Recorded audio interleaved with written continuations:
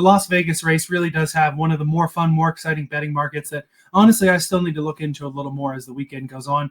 They have at least the outrights up most of the year because, of course, it's in Vegas on the strip there. You're going to want to place your bets. And the first place that I looked this week was, of course, the Max Verstappen, the outright at plus 175 on Caesars. Of course, from the time we started this show, we didn't really talk a lot of F1 because it was Max Verstappen's going to win every week. You guys did an F1 show weekly that you stopped for a little while because it was just bet Max Verstappen and everyone else. It's been different this year, and it's made things more fun, and it has shown just what a good driver he is because obviously the Red Bull cars are not nearly as good as the McLarens or even as some of the Mercedes, the Ferraris in certain weeks. But Max, the last couple of weeks, he has put himself in position to still have a shot at unseating that papaya pair over at McLaren for a title. Last 7 races, 3 wins and podiums in all 7 of those races kept him in the title hunt. In Brazil, an absolutely ridiculous drive from the starting in the pit lane, not just at the back, but in the pits to P3, even leading laps in that race. He's been good at Las Vegas, won the inaugural race here in 2023, clinched the title here in 2024 last year. And I think the win, which is basically what he needs to keep his title hopes alive, I think there's a damn good chance it happens this weekend. Well, and Max loves the United States, right? He's one of the more winningest drivers in the United States in recent F1 history. And the dude just comes over here and he takes home checkered flags. But for Max Verstappen, I do love, this is the Max Verstappen that I love watching right now because the dominant Max Verstappen, you love to watch it from a historical standpoint of, he keeps putting all these wins together. He's winning 20 some odd races. He's just beating everybody by 15 million seconds. And like, that's fun. But the Max Verstappen that has to scrap and scrape and race, right? Not the one that's starting from the pole and winning from the pole and, has a 30-second lead and then he can pit whenever he wants. Like, this is the Max Verstappen that has to race. I love what he said after Brazil when he was like, well, we had to do a little bit of overtaking. It's like, dude, you've had to pass the entire field except for 2 cars to get where you were. So, I mean, this is fun. To me, if you were to introduce me to F1 this season, I would definitely be a fan for life because this has been a very exciting season with a lot of twists and turns and not just, I mean, Lando has done Lando things this year, but it's not as if it was Max Verstappen winning 2/3 of the races and then everybody else fighting for the scraps. Yeah, guys having sections of dominance, Piastri's section of dominance, Lando's section of dominance, maybe the last few weeks, Max's section of dominance. It's a lot different than going out there winning, 2022 it was. He won all but 2 of the races, and the other Red Bull won the other one. So definitely more exciting to be into it here. And Verstappen, I think he enjoys this more too. As fun as it is going out, winning all the races, winning all the titles, it brings out the racer in him, I feel like, in a way that having the most dominant car by a million seconds every race. It's got to get a little boring winning all the time. In terms of winning, though, can't argue at all with your outright pick for the weekend. I mean, it's Lando Norris, right? Lando Norris right now. I will say that P1 or the practice one, for those of you who are not familiar, has already taken place. Lando was 6th overall in P1. He did have softs on, but you can't really gauge a whole lot out of it. Lando did touch the wall ever so briefly in practice one, but it's been Lando Norris, right? I mean, he is leading in the points right now. He is the guy that everybody else is chasing. He's put 7 wins together this year. He's been on the podium 17 times out of 21 races. He's won the last couple of races in a row.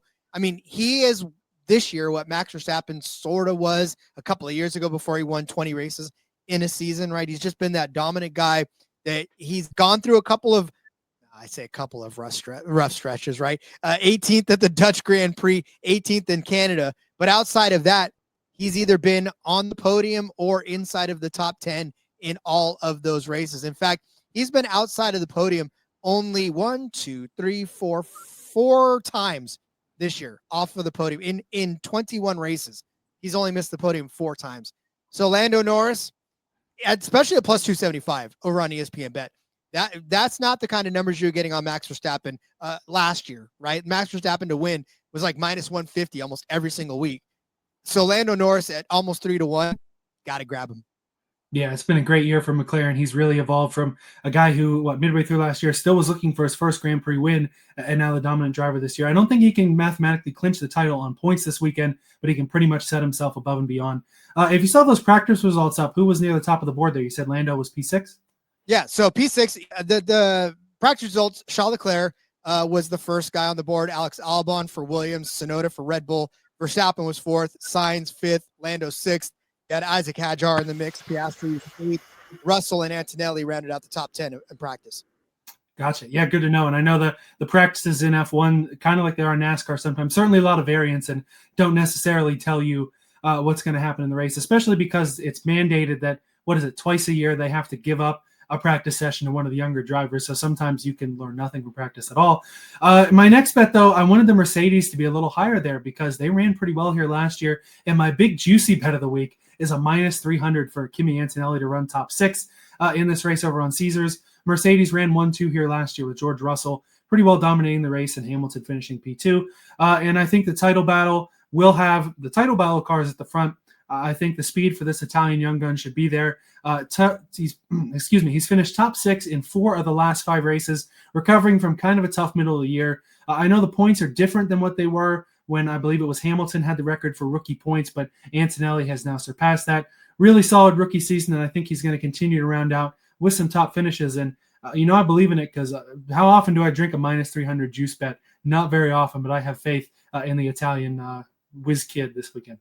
Absolutely love Kimi Antonelli. I mean, the kid has just come in. And listen, rookies in general this season have been fantastic between Isaac Hadjar, between Kimi Antonelli, between Gabriel Bortoleto. Like, all these kids have been making waves inside of the points each and every week. In fact, last week at Brazil, you saw 7 different manufacturers inside of the top 10. That does not happen very often, right? When you got Ferrari and Red Bull and Mercedes and McLaren taking up at least 6 of the 10 spots most of the time, especially last season.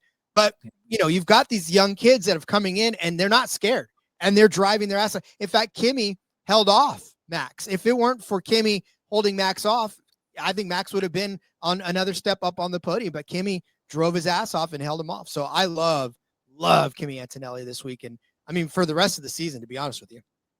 Yeah, a couple races left, of course, after this. You talk about kids with potential. Isaac Hadjar, pretty good in practice there, and that certainly helps your Racing Bulls bet look a little better.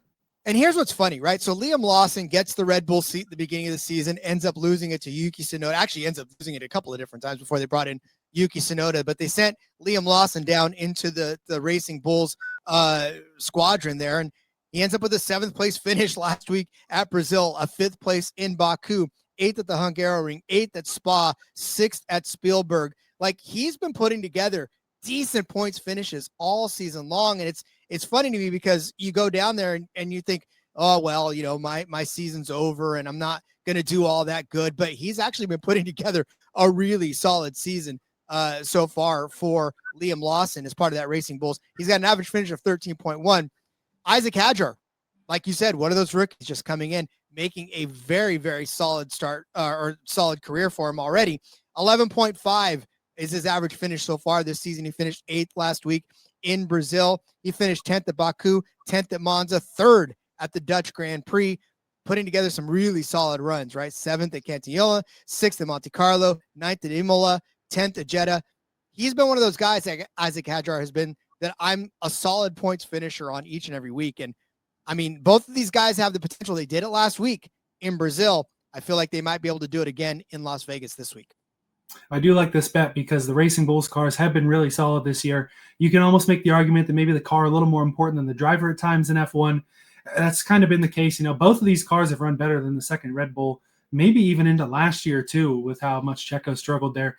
They would never happen, but how fun would it be if you put Verstappen in one of these cars for a weekend and just saw how he was able to drive them? But no, I don't want to discredit the performances of both Hadjar and Larson, specifically Hadjar going out there, putting himself in a good position in the points and really having more speed than we thought.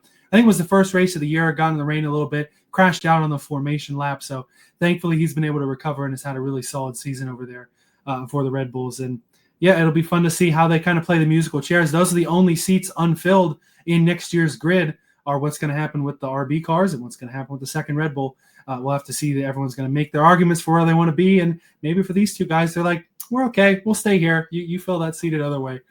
But yeah, interesting to watch. And positives over there. A lot of positives for RB. And we have not seen a lot of positives this year from Ferrari and from Lewis Hamilton. I took a really juicy bet for Kimi Antonelli, so I got to take one that seems a little silly, seems a little riskier, but at a 6-1, I'm thinking Lewis Hamilton's a DNF this weekend. It has not been the year that Lewis has wanted, not been the year that Ferrari has wanted. They've been unable to grab a GP win.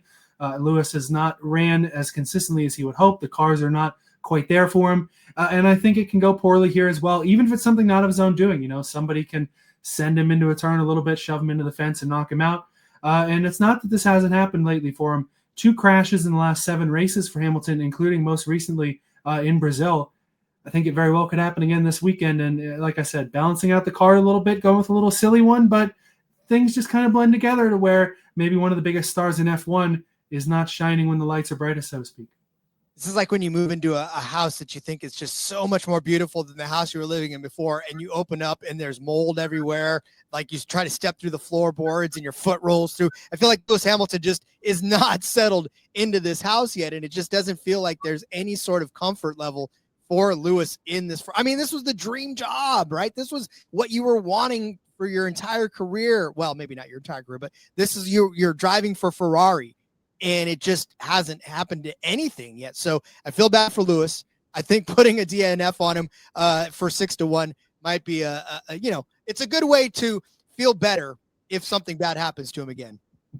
Yeah, that is true. And you never want to say it's a lame duck season, but new regulations next year, maybe Ferrari's looking a little further in that direction. All right, you got a matchup bet as well that I always love the F1 matchups because sometimes they put ones out there that are certainly fun to watch. And I think this one will be as well. Well, yeah, it's a battle between 2 teammates in the Alpine over there. It is Franco Colapinto. I'm going to take him over Pierre Gasly, one of the young guns, right? Colapinto is one of the young guns, taking him over his teammate Pierre Gasly. Over the last couple of races, it has been Pierre Gasly getting the better of Colapinto. Gasly finished 10th place at Brazil and 15th at Mexico City. Colapinto finished 15th at Brazil and 16th at Mexico City. But if you look overall, over the last few races in Coda, Gasly finished 19th, 18th at Baku, 16th at Monza. Granted, there's only 20 cars in this field, so he's finishing second to last each and every week. Whereas Colapinto, it's not like it's a huge positional difference here, but 17th, 16th, 19th, 17th, 11th at the Dutch Grand Prix, 18th at the Hungaroring. This is going to be one where these guys are probably going to end up together. But Colapinto has usually been able to best his teammate over there. And at plus 240, I like the plus money aspect of it, especially, we're seeing this young kid take on Pierre Gasly in this race. Yeah, this market of teammate matchups might be my favorite because you can get numbers like this. Just because Gasly is on paper the lead driver over there does not always mean he's going to finish ahead of the young gun over there. And both things can be true, that I think Alpine probably did Jack doing a little dirty, but that Colapinto is also a talented driver. And again, one of those guys kind of building into learning how to run well in F1. And all he needs to do is beat his teammate that's finished, 19th the last couple of weeks. So one that I might have to get on here. In terms of my young gun that I like, you've talked a lot more about the young guns. I guess I had Kimi Antonelli, but I've also got Oliver Bearman this week, winning Group C over on Caesars, which is over Isaac Hadjar, Carlos Sainz, and Yuki Tsunoda. The kid's on a really solid run right now, and he has shown some really, really impressive potential in cars that, we know how Haas is in the Cup Series. We know how they are in Xfinity. It's kind of the same in F1. They're kind of the redheaded stepchild of sorts. You're not really going to see them have a lot of speed, but he's had some speed at times this year. Some impressive runs in qualifying. Last 4 races, P9, P4, and P6, that is in the points. Started top 10 in all those races as well. So a kid kind of punching above his weight here. Of course, kind of came on everybody's radar, subbing for Sainz with Ferrari, having a really good run there, getting some points. And he's had a solid season. 1 plus 190, maybe not my favorite number. Hadjar does kind of scare me. I feel like Sainz and Tsunoda are maybe not going to get close to this kid. But also, you've got to factor in the rookies. Maybe you're going to do some silly things. But I don't want to talk myself out of this bet because I do like me some Oliver Bearman in general. And it's a bet that I'm willing to take a risk on this week. Again, he's elevating that Haas equipment. I cannot argue with you. Ollie Bearman, one of my favorites this week, too. All right, one more bet left, and it's a fun little prop that we got. Drinking the Red Bull once again over there, Rob. Listen, just do this and don't look back, right? Red Bull fastest pit stop. They were 1.95 seconds last week in terms of their pit stop. They were the fastest in Brazil. They cashed this bet a lot last season. You never got it at plus 250. I'll guarantee you that much right now. I know that McLaren's had their fast pit stops. I know the Racing Bulls have had their time in the limelight. Ferrari had a couple, but it's always Red Bull, my friends. Always Red Bull. Plus 250 for the fastest pit stop. Yeah, and they may need it too. Again, if I'm expecting the title contenders to be up front, you're going to need a solid pit stop to keep that Red Bull on pace with those two McLarens with how fast they've been. So yeah, a couple of them that you brought up that I want to jump on. And overall, it'll be a fun race. And I'm a night owl personally, and I know you like this being on the Pacific Coast as well. 11 p.m. Eastern start time. It's a reasonable evening hour for yourself, and it feeds my degenerate, I want to stay up all night vibe there. I think the last couple of years it was a 1 a.m. Eastern start, so it's a little better now than it was, but still be really fun to watch. Just as the show's been really fun, thanks for riding with us tonight. Rod, if you want to throw out your normal plugs or if you got anything new to plug, let us know. Yeah, just follow me on Twitter at RJ Villagomez, where I shake my fist at the clouds and scream like an old man. And check out So You Like Sports. I'm reviving it now that the NASCAR offseason is happening. I got a little more time, so You Like Sports will ride again. Yeah, looking forward to it. Like I said, maybe throw a little Chili Bowl odds on there. I'll keep my eyes open as the offseason rolls on. Just as it rolls on here on the back road, again, we'll have a show for you early in the week where Seth and I break down the first odds for the 2026 Cup Series Championship, and we rank the books too. It was fun to kind of air our grievances out, but also give some props to all the sports books that we know and love and discuss every week. That'll be coming out early next week. Enjoy your holiday travels and enjoy everything there is to enjoy about this weekend. Thanks for riding down the back road with us. We will see you next time.